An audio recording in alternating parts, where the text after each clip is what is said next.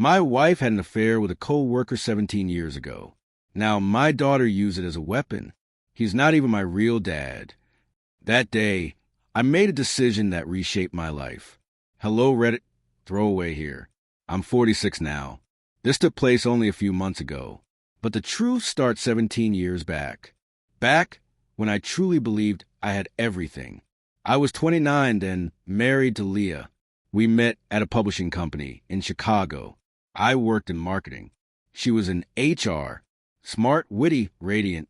She lit up every room she walked into. I fell hard. Within a year, we were married.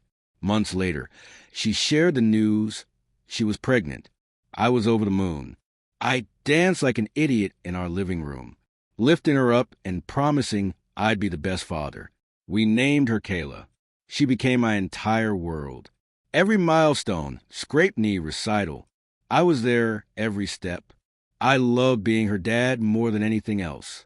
What I didn't know was during that same year, Leah had a fling with someone in finance. His name was Darren. She told no one, buried the memory, buried him, and moved on. At least, that's what I believed. Our marriage had its ups and downs. We clashed over money, her late hours, my stress. We even separated briefly when Kayla was 10, but we worked it out. Or maybe I forced it to work, always trying to glue the pieces back together. Fast forward to Kayla's 17th birthday. She had just gotten into Northwestern.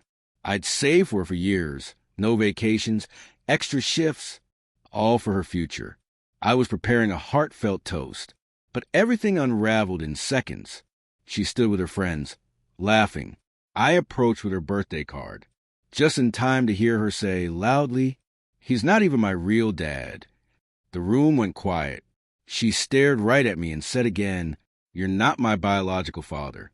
Darren is. Mom told me." I felt the ground vanish beneath me. My knees nearly gave out. There I stood, frozen, card in hand. People turned. Some looked away. I glanced at Leah. She looked pale, ashamed, but said nothing.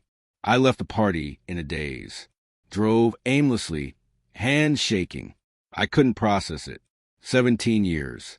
17 years of love, work, devotion. And this was how it all surfaced. Leah had stolen my right to choose. She lied through silence. That night, I sat in darkness, recalling every moment. Bike rides, flu nights, school essays. All of it now felt like a cruel illusion. The next day, Leah tried to talk. "It was a mistake," she said. "That man meant nothing." She claimed she only found out recently. I asked her one question. "When did you tell Kayla?" She hesitated. "Last year." So she hit it again. Let Kayla turn on me, while I stayed in the dark. That's when I made my decision. I called a lawyer. No yelling, no theatrics, just silence and the choice to walk away. I filed for divorce. Got a DNA test, not for doubt, but to have it on record. It was confirmed. I was not Kayla's biological father. But here's what Leah didn't anticipate. I rewrote my will. Removed Kayla from my insurance and college fund. Not to punish, but to reclaim my worth. I realized I had been used.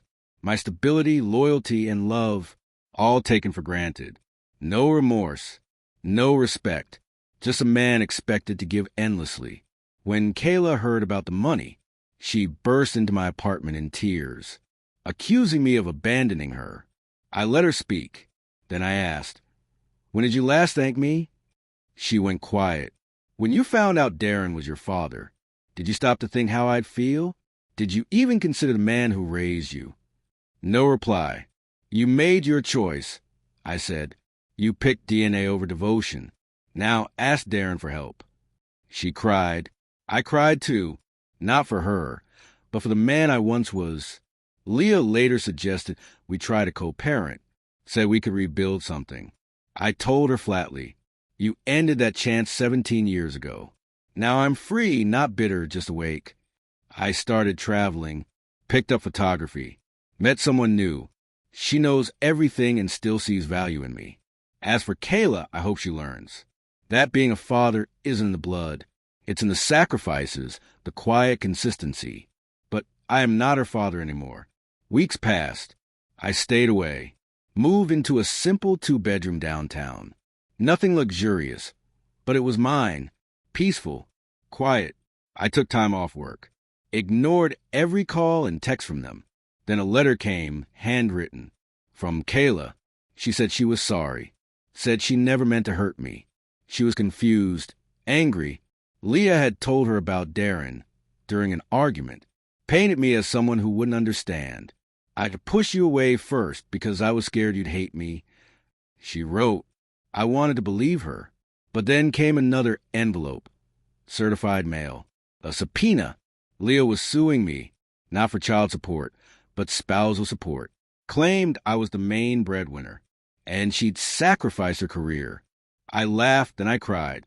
She had lied, cheated, robbed me of 17 years. And now she wanted compensation. I told my lawyer, let's go to court. I want this on record.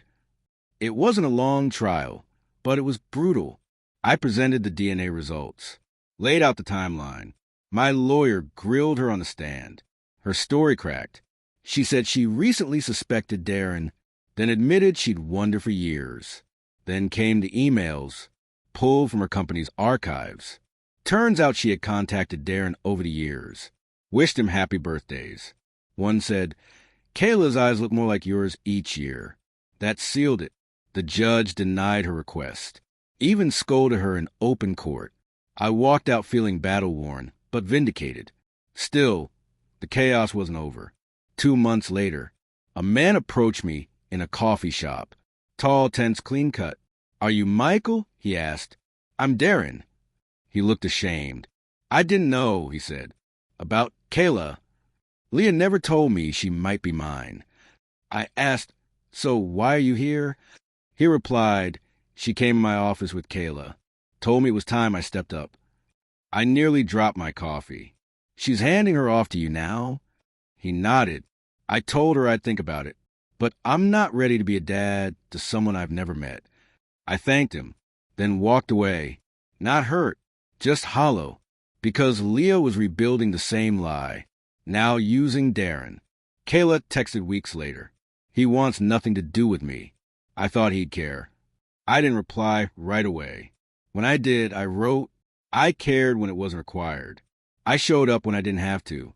But you spat on that. DNA doesn't make a dad. Love does. And you chose blood over bond. She hasn't written since. It's been 8 months. Leah lost her job after the court fallout. Word got around. Darren blocked her after she threatened a paternity case. Kayla deferred college. I heard she's staying with a friend. Me? I spent 2 months in Italy. Learned to cook from scratch. Started writing again. Met Elaine. She knows my story.